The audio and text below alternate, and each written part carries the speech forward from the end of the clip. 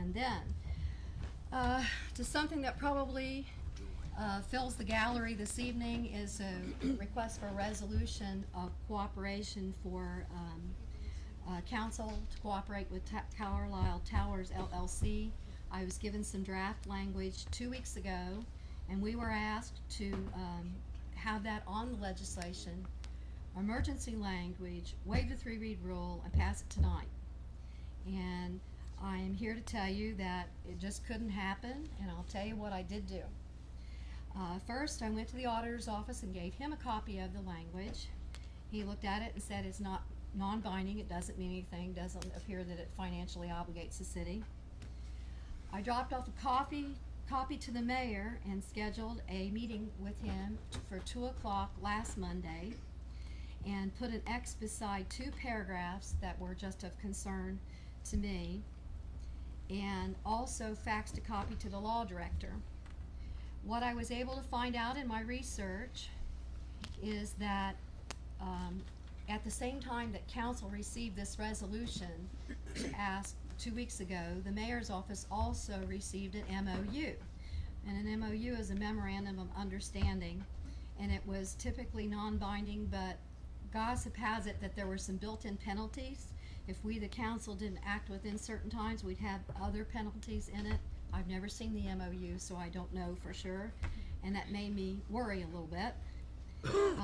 I wanted to change the memorandum of understanding to include not just the Carlisle, but add the Howson building, to expand it to include Carlisle and Howson. If you fix Carlisle, really the Howson, a lot of people don't know there's 2 different buildings there. And then I also wanted to remove the portion of the court component, because that is still outstanding legislation that is committed at this time, because the courts have picked their area and they have found what has met their needs, and we're waiting on the pending for the voters to tell us what direction to go into. I received a verbal message that was an ultimatum presented to me by an individual. Said, either you, the council, pass it, or we'll fight the AEP court purchase. I turned and walked away, and I did not respond to that because I don't speak for my fellow council members, and that is a decision of all council. And contrary to public opinion, this council does get along. We do respect each other. If we do not agree, we respectfully disagree, and I cannot speak for my council members and respond to ultimatums. Is that right? Right. And so, while I would really like to have a resolution of understanding, the mayor did urge me. He said, oh, Cindy, let's go ahead and let's sign it, because that lets them keep their $500,000 tax credit. It doesn't mean anything, it doesn't bind us, it doesn't tie our hands in the future, but I'm afraid that is not the way I work. If you give your word that you're going to do everything that you can, you have to mean it. And I'm not going to promise to buy $1 million house if I've only got $10,000 in the bank. And we, the city, don't have the money to back up our mouths at this time. The voters will have that choice, but I do feel that it is important as a council that we help support any community activity that is going to try to preserve a landmark. I want to see it preserved.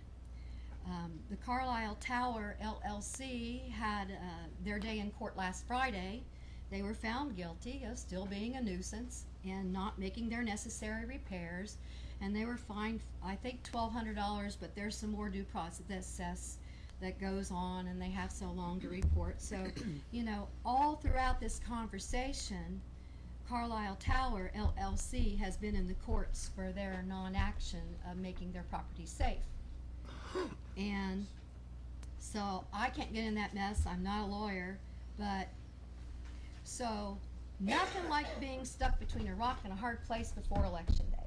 But I'll tell you like it is. I think that we as a council should resolve to work with any community organization and any owners. I'm not specifying Carlisle Towers LLC, because we've also pledged when it was KG&R.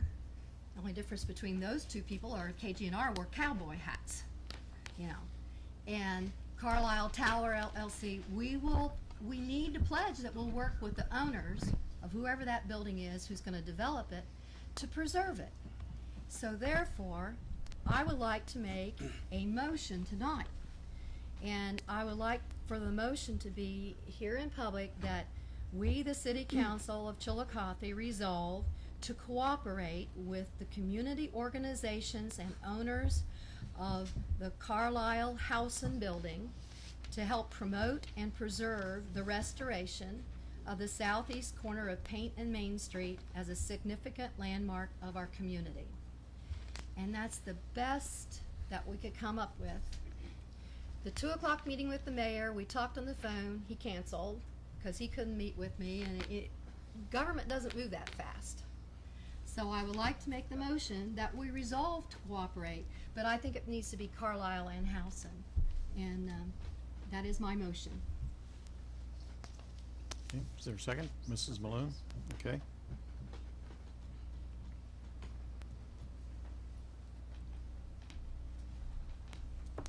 Could I have some discussion on the motion? Any discussion? Yeah, any discussion, How other Mr. council Bonner? members feel? Sure.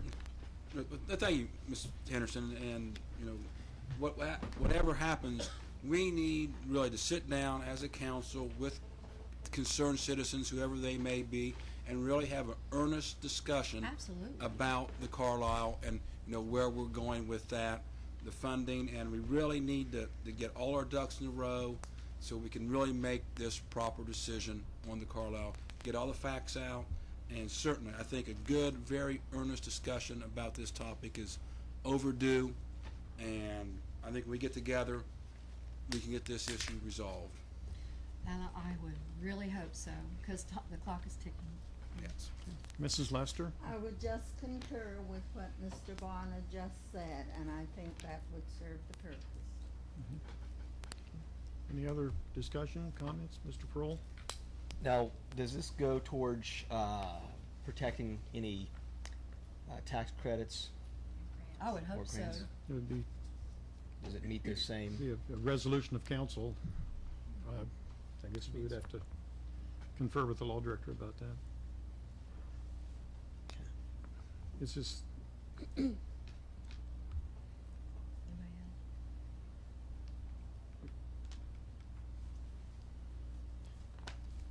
would Well, I moved it. be similar that, I guess, to any printed resolution, I would think that this council would make. And the resolution saying, if I understand correctly, that you're going to be willing, the council's going to be willing to work with the organizations and the owners to help preserve or to find a way to preserve the Carlisle building. Yes. Is that correct? Yes. Any other comments or discussions? Mrs. Henderson? Well, further, this really, the new focus of what the consideration is not as a court facility as the summer town meetings were, but as an administrative place for council chambers and for all the city admin offices. So there's such a great potential there. And I mentioned to some of the folks in the audience that why couldn't we consider just restoring floors 1 and 2 and mothball floor 3? That might take away a third of the cost of the project, and we need that storage, that whole third floor for the storage. And there's just so much potential, but it's never been studied as strictly an administrative facility. And as Mr. Bonner states, we really need to look at it in depth to know the dollar amount and everything, and we just don't have the time at this point.